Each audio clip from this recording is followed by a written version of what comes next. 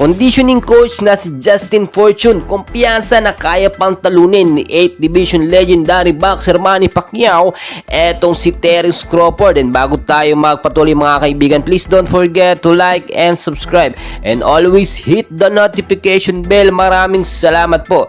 Well mga idol, hype na naman eto nga po si Manny Pacquiao at si Terence Crawford. Napag-uusapan kasi na kung maglalaban nga po muli sila sa isang big fight match ay sino ang mananalo. Well, alam naman natin sa edad pa lang ay talagang kitang-kita na yung diferensya na ang posibleng maging lakas nila. Si Manny Pacquiao as of now nasa 45 years old na siya, samantalang ito naman si Terence Crawford ay nasa 36 pa lang, and as of now kalakasan at talagang active na active sa box. Sinabi pa po mismo ni Justin Fortune, isang conditioning coach ni Manny Pacquiao, na kayang-kaya pa lumaban ni Pacquiao kahit hanggang 10 rounds dito kay Terence Crawford. Ayon na rin sa ilang mga fans ay wag nang labanan ni Manny Pacquiao itong si Terence Crawford. Wala na po siyang dapat pang patunayan dahil nga marami nang napatunayan itong si Manny Pacquiao. Etong si Terence Crawford ay gusto lamang ma-hype at mas makilala once na matalo niya nga etong si Manny Pacquiao. Kung matatandaan po ninyo,